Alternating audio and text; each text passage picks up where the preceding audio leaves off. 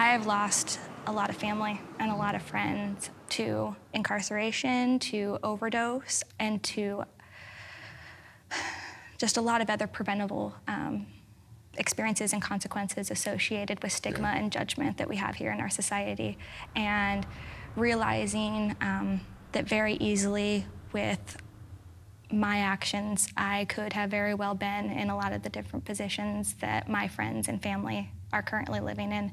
And again, coming back to the fact that there are not enough people who are doing this work who honestly care about the end result and the end game about where people are ending up, and making sure that it's really participant driven and it's not me making the decisions because I feel like it would be best for you to do something, but really coming and understanding and getting to the point in the root cause of understanding what you really want, what's gonna make you happy, and what's gonna make you feel like you're doing better with your life.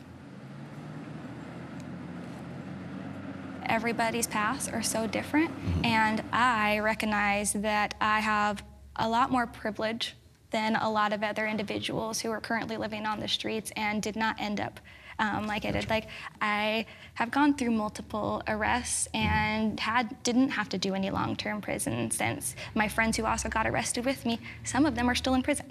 And I use my experiences and the barriers that I overcame, and some of them that I still haven't, to support other people and try to help them have the healthiest expectations about their plans and their path. Because healthy expectations is really one of the only ways that really can retain people in their paths. Absolutely. Now, with the number of people that you've dealt with, that you've come across, what tends to be the most consistent thing that tends to ail a lot of the people? Like some of the things that may have pushed them in the direction that they ended up going into? Stigma. Really? Period. Judgment.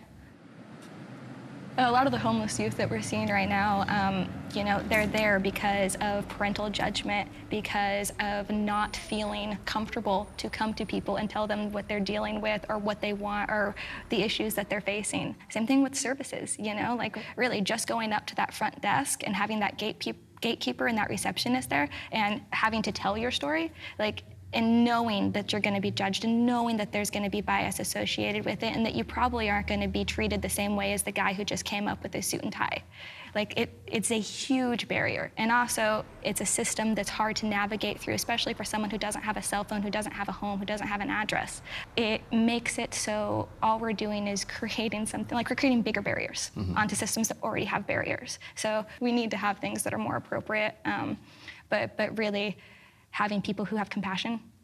These are people, and they deserve to be alive, and they deserve to have access to these options in naloxone and syringe access harm reduction services.